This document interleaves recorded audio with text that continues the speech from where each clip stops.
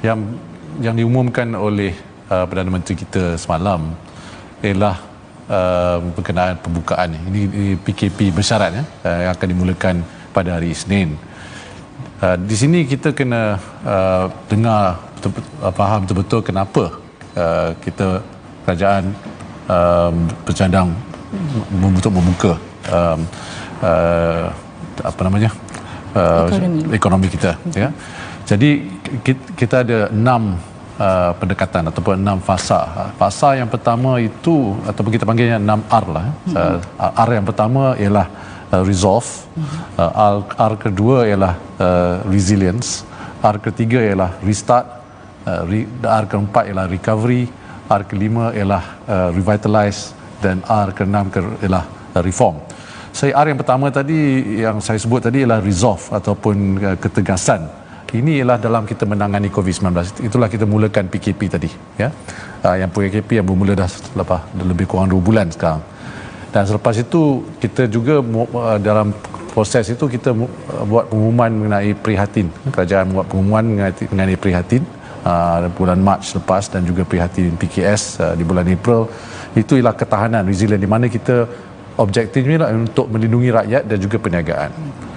Jadi sekarang kita di tahap ketiga ataupun kita nak restart ekonomi. Tapi sebelum kita dapat restart ekonomi itu, kita kena memastikan pertamanya kita comply dengan syarat-syarat yang dikemukakan oleh WTO. Dia ada 6 syarat, ya. Antara syarat-syaratnya ialah memastikan kita punya fasiliti kesihatan mencukupi, kapasiti kesihatan kita mencukupi. Sekarang ni pun kapasiti kita yang digunakan hanyalah 30%.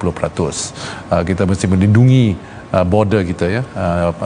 Kita punya sempadan negara, dan juga seperti kita kena make sure that we protect, kita protect kita punya vulnerable sector, orang-orang yang berisiko tinggi, orang-orang yang tua dan sebagainya.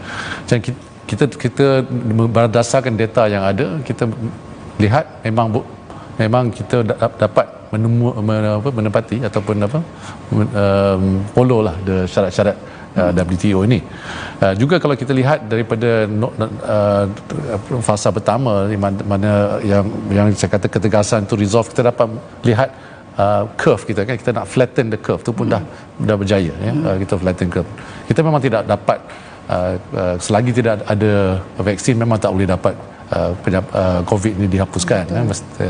Dan satu lagi, kalau kita lihat kawasan merah, ya, kawasan merah sekarang tinggal sedikit saja, ya. Kawasan hijau lebih banyak daripada kawasan merah. So kawasan hijau ni memanglah dibenarkan untuk PKP bersyarat ini.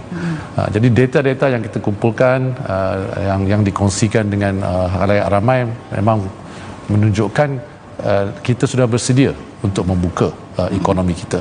Datuk Seri, saya faham kita dah bersedia, tapi tempoh masa dari pengumuman dibuat sehingga ke hari yang sepatutnya pekerja sudah mula bekerja untuk menjana sektor ekonomi semula itu adalah terlalu singkat. Jadi itu sebab saya tanya kenapa dibuat dalam keadaan tergesa-gesa.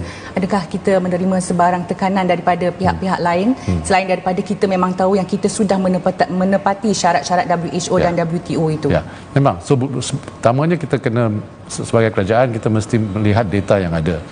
Sama ada kita syarat-syarat itu yang seperti Nozir cakap tadi, WTO dan sebagainya mesti dipenuhi dulu, ya. Dan memandangkan kita berjaya melihat data yang ada, kita sekarang nak membuka. Tapi adakah itu terburu-buru? Tidak, kerana kita telah mengkaji sebelum kita membuka. Dan yang pentingnya, kita bermula 4 hari bulan Mei.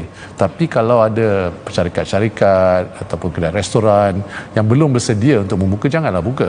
Kita tidak memaksa syarikat-syarikat untuk membuka pada 4 bulan Mei. Saya tahu ada syarikat yang belum bersedia, dan mereka pun kena sudah memberitahu pihak MITI dan pihak kerajaan yang mereka akan buka mungkin seminggu lepas, lagi 1 minggu, kerana mereka kena buat investment, ya, untuk cek temperature dan sebagainya, kan. So itu mengambil masa. Jadi kalau sudah bersedia macam restoran, kalau minggu ni yang dibagi contoh oleh yang amat berhormat Perdana Menteri Pak Saleh ni, kan. Pak Saleh.